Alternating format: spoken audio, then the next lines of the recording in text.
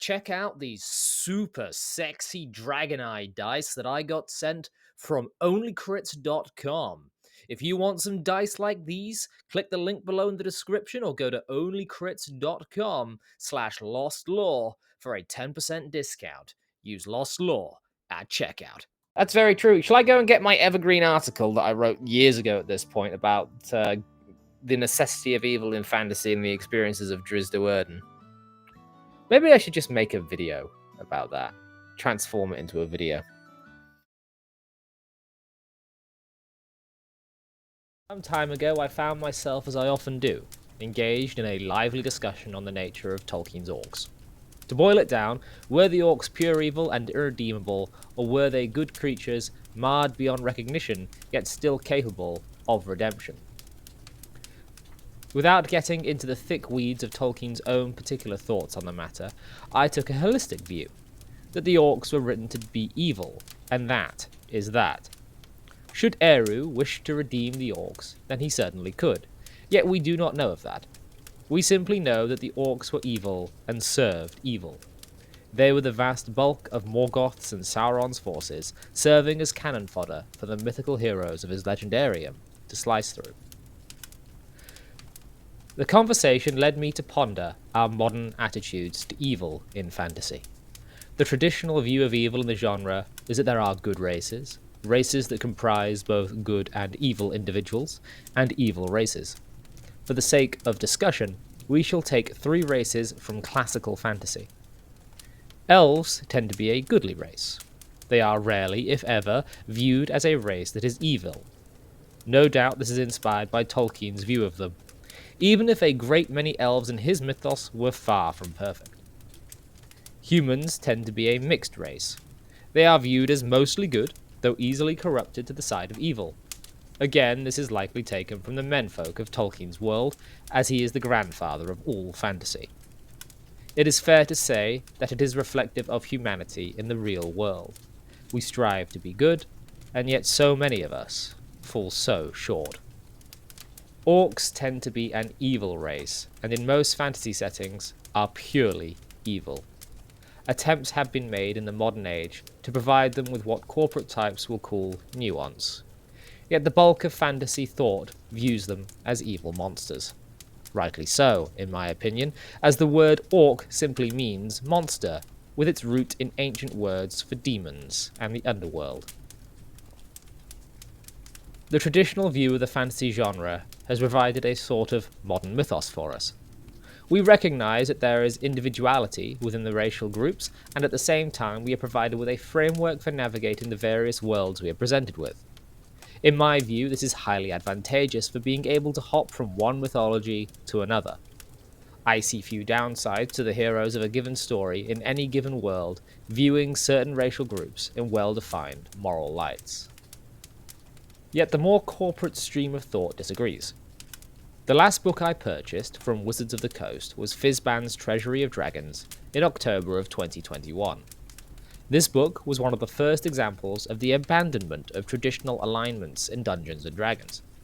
Rather than races being aligned as good or evil based on their race, the language became typically evil or typically good. I am told newer releases have continued this trend.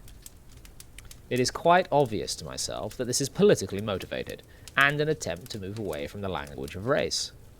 I believe the more sci-fi term of species is now substituted. This is understandable, I suppose. No corporation wants to be slapped with the racist label.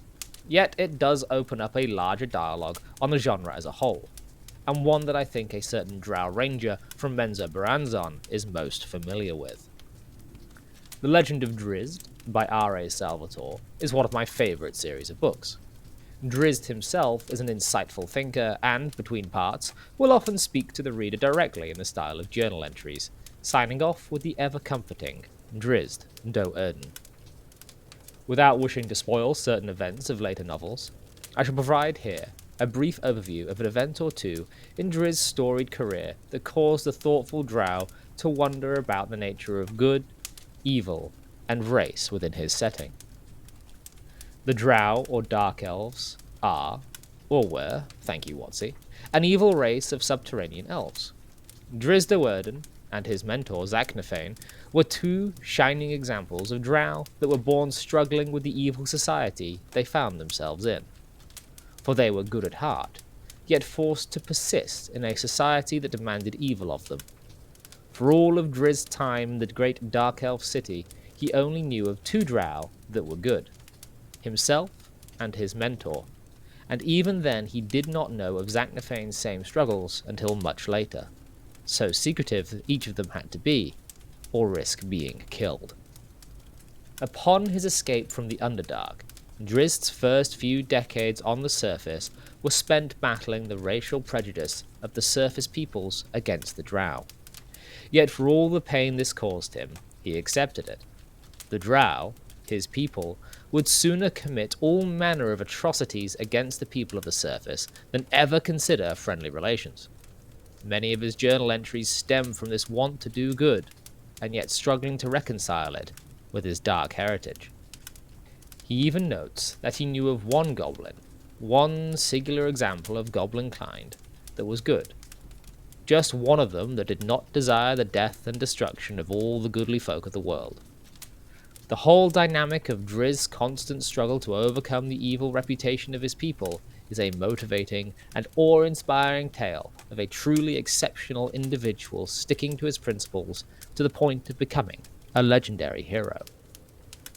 This backdrop of racial tensions, of overcoming reputations of your kinfolk, and of rising to be one of the greatest characters in fantasy fiction ever, is undone by the perceived need to move away from evil races. For if there were many good drow, then the exceptionalism of Drizzt Do'Urden is sorely reduced. The reactions of the surface folk to a dark elf appearing at their gates would not be as hostile. It would not be driven by a fear of his dark skin and pointed ears. It would simply be the same suspicion that all strangers might receive. It is a great irony that, in an attempt to do away with racial stereotypes and promote individualism, the corporate stream of thought has instead homogenized the genre and the possible stories one might tell within it. They have removed from the genre the character of its modern mythology in favor of bland, corporate language. A greater irony is that it is in aid of the pursuit of profit.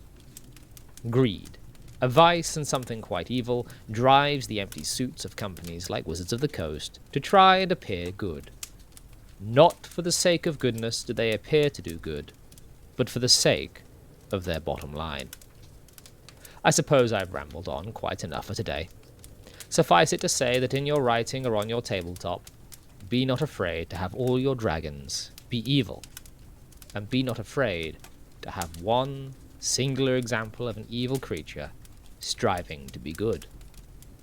It is only fiction, after all. Did you enjoy this video? I certainly hope you did. You might expect some music here, but YouTube really doesn't like me using royalty-free stuff and keeps flagging it. So go ahead, drop me a like, drop me a subscribe, leave me a comment. Check out my friends the Brass Drake and Dean of Untold Destiny, the little spinning heads there, and click on the other video. Please do, it really helps out the channel a lot. Have a good one.